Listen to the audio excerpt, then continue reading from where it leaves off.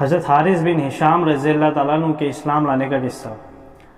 حضرت عبداللہ بن اکرمہ رحمۃ اللہ علیہ فرماتے ہیں کہ فتح مکہ کے دن حارث بن ہشام اور عبداللہ بن ابی ربیہ حضرت ہانی بنت ابی طالب رضی اللہ تعالیٰ عنہ کے پاس آئے۔ ان دونوں نے ان سے پناہ مانگی، یوں کہا ہم تمہاری پناہ میں آنا چاہتے ہیں۔ حضرت ہانی نے ان دونوں کو پناہ دے دی۔ پھر حضرت علی بن ابی طالب رضی اللہ تعالیٰ عنہ وہاں آئے۔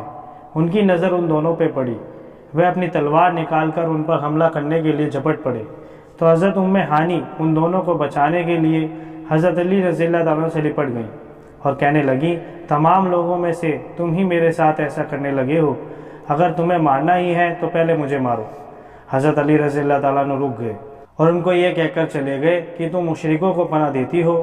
حضرت ہانی فرماتی ہیں میں نے حضور صلی اللہ علیہ وسلم کی خدمت میں جا کر عرض کیا یا رسول اللہ، میرے ماں جائیں بھائی حضرت علی رضی اللہ تعالیٰ عنہ نے میرے ساتھ ایسا معاملہ کیا کہ میرا بچنا مشکل ہو گیا تھا۔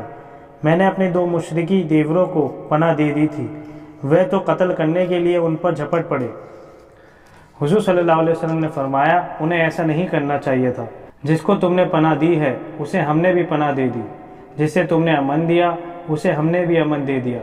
حضرت ہانی نے واپس آ کر ان دونوں کو ساری بات بتائی، وہ دونوں اپنے گھروں کو چلے گئے۔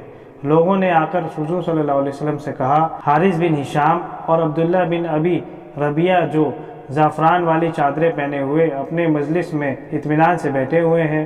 حضور صلی اللہ علیہ وسلم نے فرمایا اب تم لوگ ان کا کچھ نہیں کر سکتے ہو کیونکہ ہم ان کو امن دے چکے ہیں۔ حضرت حارث بن ہشام فرماتے ہیں کہ میں بہت دیر سوچتا رہا کہ حضور صلی اللہ علیہ وسلم نے مجھے مشرکین کی ہر لڑائی میں دیکھا ہے، اب میں ان کی خدمت میں جاؤں گا تو ان کی نگاہ مجھ پر پڑے گی تو اس سے مجھے بہت شرم آئے گی، لیکن پھر مجھے خیال آیا کہ آپ صلی اللہ علیہ وسلم بہت نیک بہت رحم دل ہیں، اس لیے میں آپ صلی اللہ علیہ وسلم کی خدمت میں حاضری کے لیے چل پڑا۔ جب میں آپ صلی اللہ علیہ وسلم کے پاس پہنچا تو آپ صلی اللہ علیہ وسلم مسجد حرام میں داخل ہو رہے تھے۔ مجھے دیکھ کر آپ بہت خوشی سے پیش آئے اور رک گئے۔ میں نے آپ صلی اللہ علیہ وسلم کی خدمت میں حاضر ہو کر سلام کیا، کلمہ شہادت پڑھ لیا۔ آپ صلی اللہ علیہ وسلم نے فرمایا تمام تعریفیں اس اللہ کے لیے ہیں جس نے تم کو ہدایت دی، تمہارے جیسے آدمی کو اسلام سے ناواقف نہیں رہنا چاہیے۔